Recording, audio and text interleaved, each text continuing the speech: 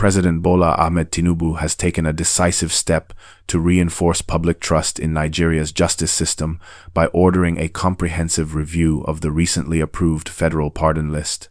In a move widely seen as a reaffirmation of his administration's zero-tolerance stance on violent and organized crimes, the president directed that individuals convicted of grave offenses, including kidnapping, drug trafficking, human trafficking, fraud, and illegal arms possession, be immediately excluded from the list of those granted presidential clemency. This directive was formally announced on Wednesday in Abuja through a statement issued by the presidential spokesperson, Mr. Bayo Onanuga.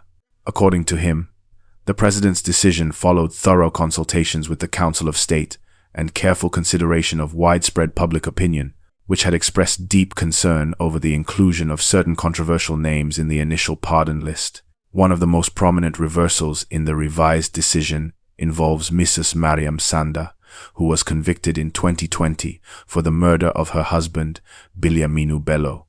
Her earlier pardon, which sparked significant public outrage, has now been officially revoked. Mr. Onanuga explained that the president's latest directive was carried out under the constitutional powers conferred by Section 1751 and 2 of the 1999 Constitution, as amended. Following consultations with the Council of State and public opinion, the president directed a further review of the initially approved list in line with his powers under Section 175. Consequently, certain persons convicted of serious crimes such as kidnapping, drug-related offenses, human trafficking, fraud, and unlawful possession of firearms were deleted from the list. Others who had earlier been pardoned had their sentences commuted. The statement read, President Tinubu emphasized that the decision was guided by the need to uphold justice, preserve public morality, and protect victims' rights. He noted that granting pardon to individuals convicted of such severe crimes could undermine national security, demoralize law enforcement agencies, and weaken the country's moral and legal standards. The concept of justice is not one-sided, the president noted.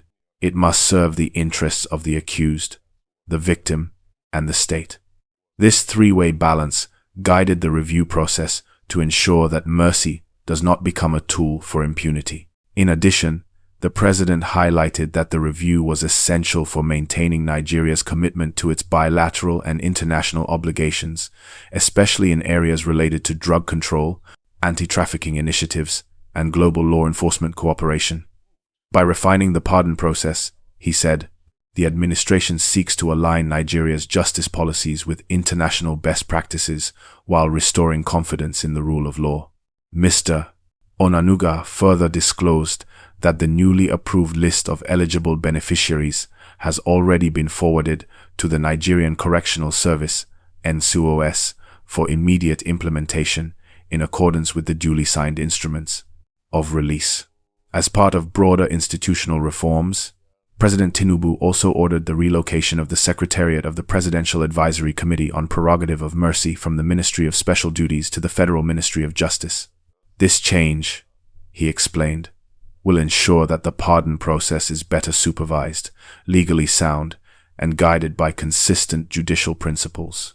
Furthermore, the President directed the Attorney General of the Federation and Minister of Justice to issue new operational guidelines for the exercise of presidential mercy. These guidelines will include mandatory consultation with relevant prosecuting agencies, such as the Economic and Financial Crimes Commission, EFCC, the National Drug Law Enforcement Agency, NDLEA, and the Nigerian Police Force, NPF. President Tinubu also expressed appreciation for the constructive feedback and public vigilance that followed the initial announcement of the pardon list, noting that such civic engagement reflects a healthy democracy.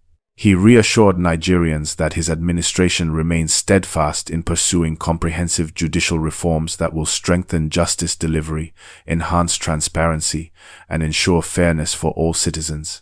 Justice, the president reaffirmed, is a sacred responsibility. It is the foundation upon which trust in government is built. My administration will continue to ensure that mercy, when shown, serves justice, not undermines it. The decision has generated a wave of reactions across the country, drawing commendations from civil society organizations, legal experts, and ordinary Nigerians who see it as a significant shift toward accountability and justice reform. Many observers noted that the president's willingness to revisit and correct the controversial pardon list demonstrates sensitivity to public sentiment and a growing commitment to transparency in governance. The Nigerian Bar Association, NBA, and several human rights advocacy groups have particularly praised the move, describing it as a bold corrective measure that underscores the importance of maintaining integrity in the justice system. According to legal analysts, presidential pardons are constitutionally valid, but must always be exercised with discretion, fairness, and moral clarity, especially in cases involving crimes that deeply affect public safety and national cohesion. A senior constitutional lawyer, Barrister Chinedu Opara, while speaking on the matter, stated, "The president's action is not just legally sound, it's morally reassuring. By excluding those convicted of serious crimes like murder, kidnapping, and drug trafficking, the government sends a clear message that forgiveness cannot override justice." Similarly, rights activist Aisha Yusuf hailed the decision as a victory for victims and for all Nigerians who believe in the rule of law. She emphasized that past administrations often faced criticism for using presidential pardons as political tools, but the Tinubu government's review signaled a new direction focused on equity, integrity, and due process. Public reaction on social media platforms such as X, formerly Twitter, and Facebook has also been largely positive. Many Nigerians describe the president's move as timely, courageous, and a step in the right direction. Some users pointed out that such decisive leadership could restore confidence in the judiciary and discourage future offenders who might otherwise expect leniency. Beyond domestic reactions, international observers have also taken note. Several diplomatic sources commended Nigeria's renewed commitment to justice, particularly as it relates to transnational crimes like drug trafficking and human trafficking areas where Nigeria has ongoing cooperation with international partners and United Nations agencies. In what appears to be part of a broader justice reform agenda, insiders at the presidency hinted that this review could be the first in a series of policy shifts aimed at strengthening Nigeria's correctional and judicial institutions. The administration is reportedly considering a more data-driven approach to prisoner rehabilitation and re-entry programs to ensure that future clemency decisions are guided by measurable progress and merit rather than sentiment or political influence.